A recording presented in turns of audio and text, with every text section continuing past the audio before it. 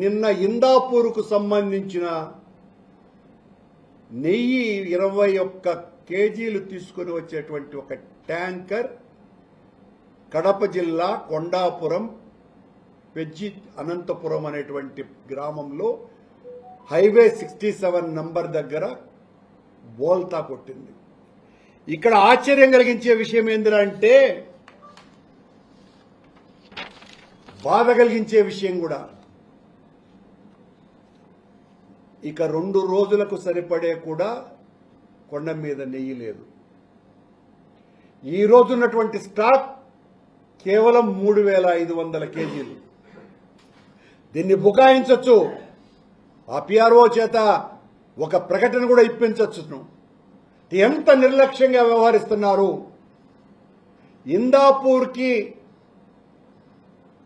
హెరిటేజ్కి ఉన్నటువంటి సంబంధం మొత్తం లోకమంతా బయటపెట్టిన తర్వాత స్వామివారి కూడా కన్నెర్ర చేసినట్టుగా అనిపిస్తోంది ఈ సంఘటన వలన.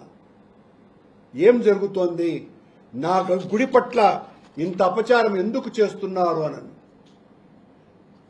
వీటి గురించి స్వాములు స్పందించాల్సిన అవసరం ఉంది. ఆయన ఎవరో శివానంద సరస్వతి అని ఊరికని మాట్లాడుతూ ఉంటాడు.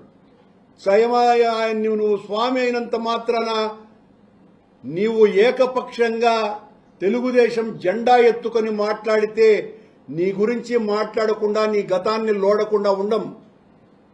స్వామి, నువ్వు తెలుగుదేశం పార్టీ కార్యకర్తలాగా మాట్లాడుతున్నావు. వెంకటేశ్వర స్వామి భక్తుడిగా మాట్లాడడంలే. భగవద్గీత నువ్వు చదివినావు. అసలు నిన్న మాట్లాడతాడు ఇష్టం వచ్చినట్టుగా, రోజు మాట్లాడుతున్నాడు. ఎట్లంటే అట్లా. దైవ దర్శనానికి సంబంధించిన టికెట్లను పొందటం కోసమని ఒకరి స్వార్థానికి బలైపోవద్దని ఈ సందర్భంగా గుర్తు చేస్తూ, మీలాంటి వాళ్ళు పోరాటం చేయాల్సింది దాదాపు 3000 కోట్ల రూపాయల విలువైన స్వామివారి పాదాల చెంత వెంకటేశ్వర స్వామికే చెందినటువంటి భూమి 20 ఎకరాల భూమిని ఒబరాయ్ హోటల్కు ఎలా ఇస్తారు అని ఎందుకు పోరాటం చేయటంలే? చేయాల్సినటువంటి అవసరం ఉంది కదా. ఆ ఒబరాయ్ హోటల్లో స్వామి పాదాల చెంత వెంకటేశ్వర స్వామి ఆలయ ప్రాపర్టీలో రేపు అది పూర్తయిన తర్వాత 7 స్టార్ హోటళ్లలో ఎద్దు మాంసాన్ని వండుతారు అన్న విషయం అందరికీ కూడా తెలుసు ప్రపంచవ్యాప్తంగా. అంటే వెంకటేశ్వర స్వామి స్థలంలో ఎద్దు మాంసాన్ని అమ్మేటువంటి హోటల్కు బదలాయిస్తారండి స్థలాన్ని.